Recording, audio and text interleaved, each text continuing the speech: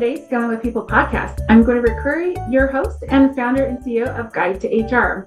And today I'm excited to have Chandler Russ on the call with me. He is a founder of Sunflower Golf Foundation, and I can't wait to dive in and hear some lessons learned from you, Chandler. So welcome and let's get started. Would you like to introduce yourself? Yes. And first of all, thank you so much. I feel honored to be able to be on this today, and just what you're doing. I've taken so many nuggets from your podcast, so I Oh, greatly thank you. appreciate what you're doing and feel honored to be on here. Yeah. So, Sunflower Golf Foundation is just under a year old, and there's a lot of lessons learned throughout the process. But a little backstory. So I worked for UPS for 6 years, everything from part-time supervisor in the warehouse to an account executive. But I've always had a dream and had an entrepreneurial spirit, right? And so last year, my grandmother, who was the founder of Sunflower Grocery Store about 50 years ago, she passed away, and she was played a big role in my life. And so whenever she passed, I kind of looked myself in the mirror and had seen, you get to hear all the stories when somebody passes away, just about the impact that they had made and what they had done for their community. And I was like, man, um, what am I doing? And so I set up on this journey to create this vision for a golf association that gets to spread positivity in the communities around me, and to help nonprofits authenticate their messaging to to the people in the community.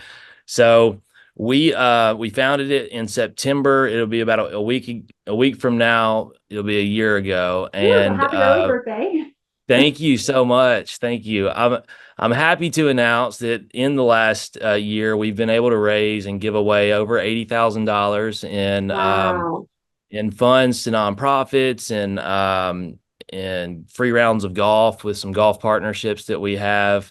But even beyond that, the golfers that have showed up to play in our tournaments, having over 90 golfers at each tournament, which is just unbelievable to me, and just some crazy things have happened. There's been a lot of highs and lows, but we're getting ready to scale and launch into 2025. We're really excited about where we're going, what we're doing, and we're having a lot of fun doing it. So that's kind of like the briefest overview of Sunflower that I could probably give. But yeah. Well, that's awesome. And I know we talked briefly before we started recording that you guys really want to be the fertilizer of nonprofits and Yes. really help them grow. I love that analogy, especially with the name of sunflower, right? Because most flowers, they do need the fertilizer. So I love that. Right. That's beautiful. And what a great way to be able to tie your passion into giving back to the community. And it's all about golf, and I can just see how much fun that would be on a Oh yeah. day-to-day basis working that way. And I love the fact that too, like, a lot of people, when they think of startups, they think of like tech, right? Right. Mostly, right? That's where your brain goes first. And I love the fact that, well, you're a startup founder, you're in the nonprofit, and that's very unique, and you don't hear a lot about that. So I know we kind of talked a little bit about the fact that we're going to dive into some lessons learned, and you're still in your infancy space. You're in your 1 year, and Right. there's more. Sorry to tell you, there's more bumps that you're going to have to go through, right? But in that first Absolutely. year, what have been some of those things that you, if you could just go back in time, even just 12 months, right, and be like, okay, Chandler, look out for this, or make this decision differently, or don't do this, or do this. What does that look like for you? Yeah. So I think one of the main things is when we started out, I'm a very analytical thinker. I'm also very I can be all over the place sometimes, but That's the as a lot of definition of a founders, founder, right? yeah, we're scattered, and just I got a new idea, I got a new idea. Um, so it was challenging in the beginning to really nail down and get our team aligned, right, and I would have started out probably well.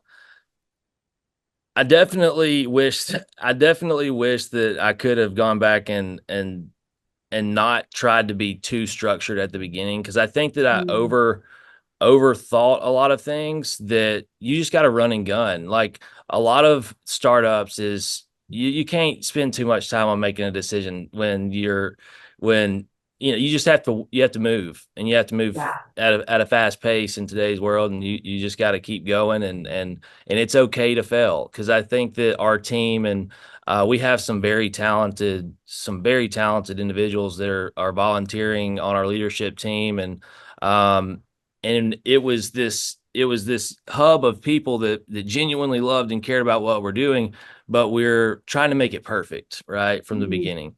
And so there's some goods and some bads that come out of that, but whenever we kind of stopped and just said, hey, look, 80% is good enough. Like Yeah. 80% is good enough. That's probably the number one thing that I wish I would have adopted right at the beginning is, hey, it doesn't have to be 100% perfect. I'm kind of Yeah. a perfectionist when it comes to wanting things to be the best that they can be, uh sooner rather than later. But 80% is good enough. Let's get things done. But then let's also continually improve and continually look at how we can make them better, right? Um, Absolutely. so yeah, I think that that's probably the number one thing that I could say I would go back and tell myself, hey, it's okay to make mistakes. And I had a guy at one point, probably 4 months into it, he looked at me and he said, hey, just go mess it up. Just go mess everything up. Screw up as many times as you can, dude. And he said, pick a door and run through it. And I was like, okay, I'm gonna pick a door and I'm gonna run through it. That's something I can I do. hope And there's let's brown just on the other side, right? yes. And he said, if there's not, then just pick another door and run through that. And Yeah. so that stuck with me. And it's something that I wish I would have learned sooner, because now seeing, we finally got to that point, and we were just like, hey, the social media posts don't have to be perfect. Let's just get them out there, and just like we just need to show up and plant seeds of kindness and do what our mission is. And ever since then, we've just kind of just been going, and it's been fruitful. It's been incredible to see how much growth has taken place just from in the last 8 months. Really, our first tournament, I said, we started in September, but that's when we formed it. Our first event wasn't even until November. So Mhm. we but yeah, that 80% is good enough, and pick a door and run through it. Yeah, Yeah, that is so true. And I resonate with that so much. And even in my when I was in the corporate life, I remember telling one of my employees exactly that we needed to launch a new platform, and he wanted it to be perfect. I'm like, if you wait until it's perfect, we're never going to get to use it.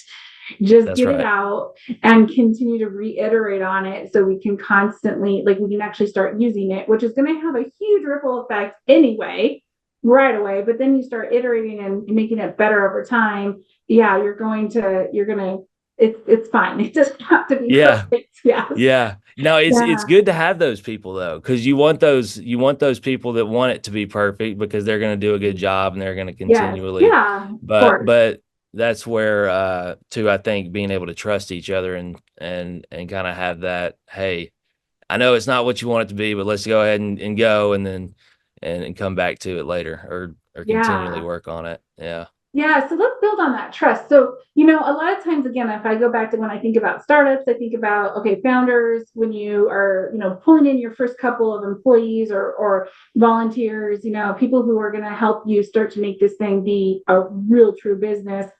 Again, I think about it from a tech space. Most likely those are companies that are going to either be acquired and have an exit and everyone's going to make a lot of money, or they are going to go IPO land, hopefully again making a lot of money, or they're going to fail. But you're in a non-startup or not, sorry, you're in a nonprofit sector. So obviously that isn't necessarily that little carrot that you're hanging in front of people.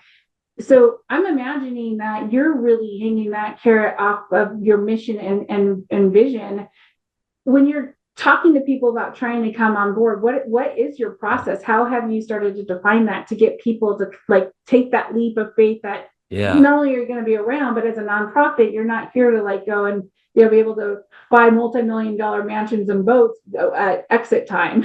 Right. No, that's it. That's so true. And especially in what we're doing with the nonprofit world, in different businesses, maybe a founder or a single person can start a company and operate as a single individual for a little while.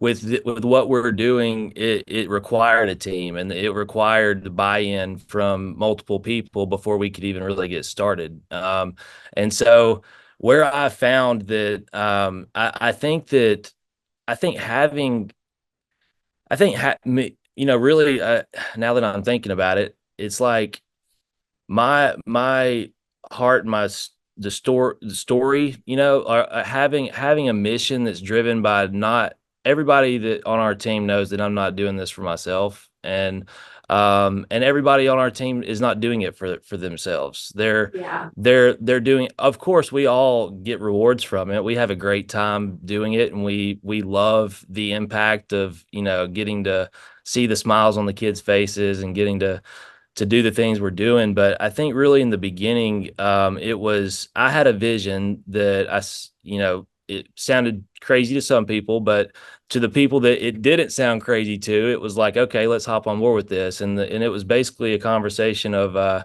hey, look, I want to create a two-man golf association that raises millions of dollars a year for nonprofits and facilitates giving throughout the country and ultimately throughout the world.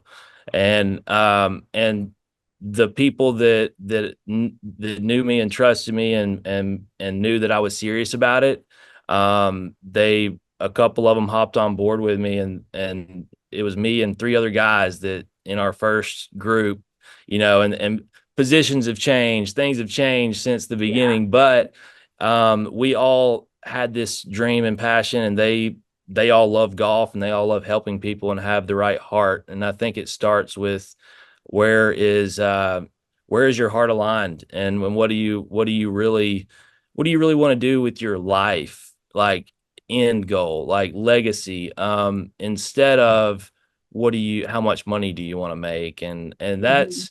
that's where being driven by the heart of the mission and what are we going to leave behind, and the things that we do making an impact, it kind of drives us to stay in it. Because you're right. I mean, nonprofit, you don't ever actually. A fun fact: 100% of the people that I have on my team have been 100% voluntary for the last year, and we Wow. still have the. I'm proud to say, and it's the one of the things that I'm the most proud of is we still have everybody, and we've added on more people that are still like working these tournaments and still as happy and excited about it as day one. So it's been it's been cool. One of the things that I would say attributes to that is we met with an individual at EOS implementers entrepreneurial operating systems that don't normally work with startups like we had kind of previously mentioned Yeah. at all. Don't work with small uh, companies, nonprofits, startups yet.